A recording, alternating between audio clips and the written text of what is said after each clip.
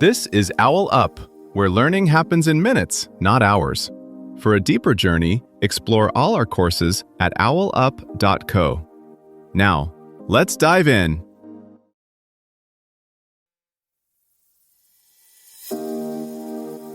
Welcome to Chapter 1 of our series, Rekindling the Couple's Spark, where today we're diving into the episode titled, Why Distance Happens, an Inside Look. We'll explore the common causes of emotional distance in relationships, helping you understand what might be creating that gap. So, let's get started. A typical couple waits years after the first something feels off moment before doing anything. In one home, that moment is a quiet dinner where no one speaks.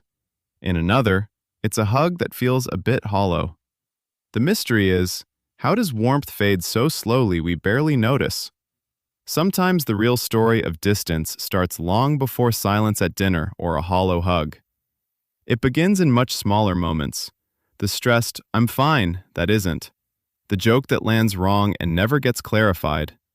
The tiny sting when your bid for attention gets ignored because your partner is glued to their phone. Each one seems too minor to mention, so you don't. They don't either. Underneath, your nervous systems are quietly keeping score. Do you come closer when I'm overwhelmed, or step back? Over years, changing careers, kids, losses, and shifting identities mean your needs keep evolving while your routines stay the same. This series will zoom in on those barely noticed turning points, how biology, unspoken stories, and mismatched expectations slowly nudge two people onto parallel tracks, even while they still share the same bed. Over time, two quiet forces tend to take over: habit and assumption. You start predicting each other instead of actually checking in. She always needs space when she's upset. He doesn't care about this stuff. Sometimes you're right, but often you're recycling old data about a person who's still changing. Add stress hormones, less sleep, and more responsibilities, and responsiveness becomes something you outsource to autopilot. The risk isn't one big betrayal. It's a slow drift where both people feel less seen, even while they're technically doing all the right relationship things. Think of emotional distance as less about falling out of love and more about three silent systems running in the background that no one taught you to monitor. First, there's your attachment style, the default template your brain uses for closeness and safety. One partner might seek contact when uneasy, another might shut down to stay in control. Neither is wrong, but when those templates collide, everyday moments get misread. A simple, "I need a minute," can register as rejection for one person and basic survival for the other. Over months and years, both start bracing for impact instead of turning toward each other. Second, there's the way conversations subtly train you what is and isn't welcome. If you regularly get interrupted, minimized, teased when you risk honesty, or met with advice when you wanted comfort, your system quietly updates. Better to keep this to myself. You're not deciding to withdraw, you're adapting. Eventually, the topics that once brought you close, fears, dreams, half-formed thoughts, get replaced by logistics and headlines. The relationship looks functional from the outside, but the private channel between you gets thinner. Third, there's the issue of needs that shift across your lifespan, while the rules of the relationship stay frozen in an earlier chapter. What felt caring in your 20s, constant texts, sharing everything, might feel suffocating when you're juggling kids or an intense career. Or the opposite, someone who once prized independence now deeply craves reassurance after a loss or health scare. If you keep performing an old version of love for a partner who has subtly changed, both of you can end up feeling unappreciated and oddly lonely together. That's where shared meaning comes in. Couples who stay connected treat the relationship like an ongoing, living conversation.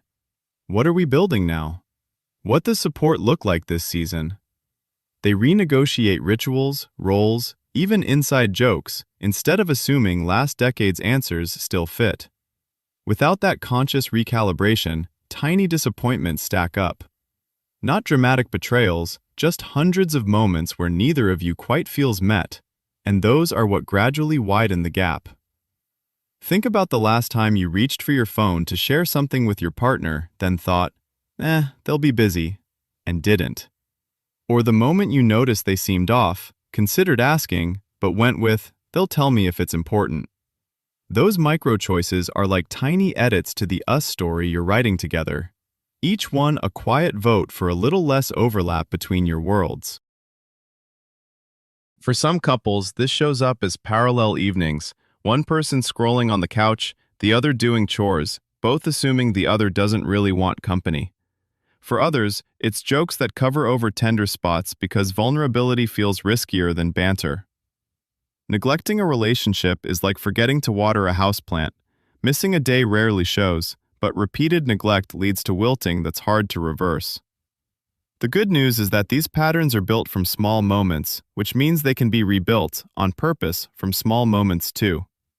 If tech and culture keep evolving, couples may get early warning lights long before things feel dire, a wearable nudging you when your body shows you're checked out around your partner, or a VR-based check-in that feels more like co-op play than therapy.